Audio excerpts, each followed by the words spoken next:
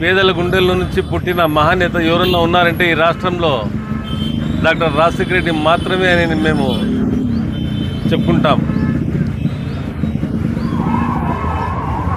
ఆయన తనయుడే doctor YS Jaganmohan Reddy గారు, మా నాయకులు తండ్రి చేసిన పథకాలు దాన్ని అధిగమించి ఇంకా పథకాలు తీసుకుని వచ్చిన నాయకుడు మా జగన్మోహన్ రెడ్డి గారు.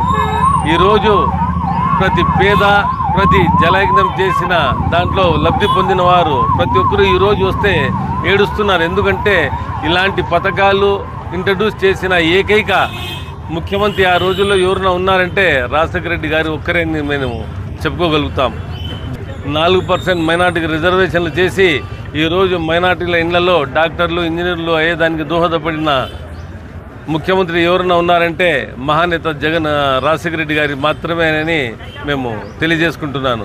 అలాగే ఆయన ఇంట్రడ్యూస్ చేసిన ఆరోగ్యశ్రీ అయితేనేమి, ఆయన చేపట్టిన ఎన్నో పథకాలు ఈరోజు పేదల ఇళ్లలో ఈరోజుకి చాలా గుర్తు చేసుకుంటున్నారు. అలాగే ప్రతి ఒక్కరూ ఈ రాష్ట్రం ఇలాంటి అభివృద్ధి చెందడానికి కారణం ఎవరైనా ఉన్నారంటే రాజశేఖర రెడ్డి గారి మాత్రమేనని ఈరోజు నేను ప్రతి ఒక్కరికి తెలియజేసుకుంటూ, ఈ కార్యక్రమానికి, ఈ వర్ధంతికి ప్రతి ఒక్కరూ దీన్ని జయప్రదం చేసిన వారికి, అలాగే ఈరోజు వైఎస్ఆర్ కుటుంబంలో ప్రతి ఒక్కరూ పాలు పంచుకొని వాళ్ళ బాధల్లో మేమంతా ఒకరైన దానికి మేము గర్వపడుతున్నాం.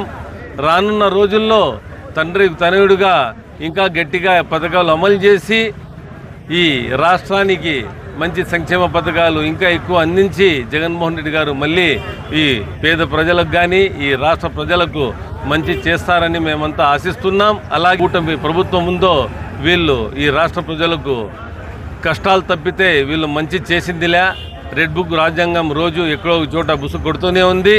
అలాంటి ప్రభుత్వాన్ని త్వరలోనే ఏదైతే లోకల్ బాడీ ఎలక్షన్స్ వస్తున్నాయో దాంట్లోనే వాళ్ళకు రుచి చూపించి మళ్ళీ జగన్మోహన్ రెడ్డి రావడానికి మీరంతా దోహదపడతారని ఆశిస్తూ ఈ రాష్ట్ర ప్రజలకు ఈరోజు వర్ధంతి సందర్భంగా ప్రతి ఒక్కరికి నేను పాలు పంచుకున్న దానికి మీకంతా నేను కృతజ్ఞతలు తెలియజేసుకుంటున్నాను. జోహార్ వైఎస్ఆర్, జోహార్ వైఎస్ఆర్.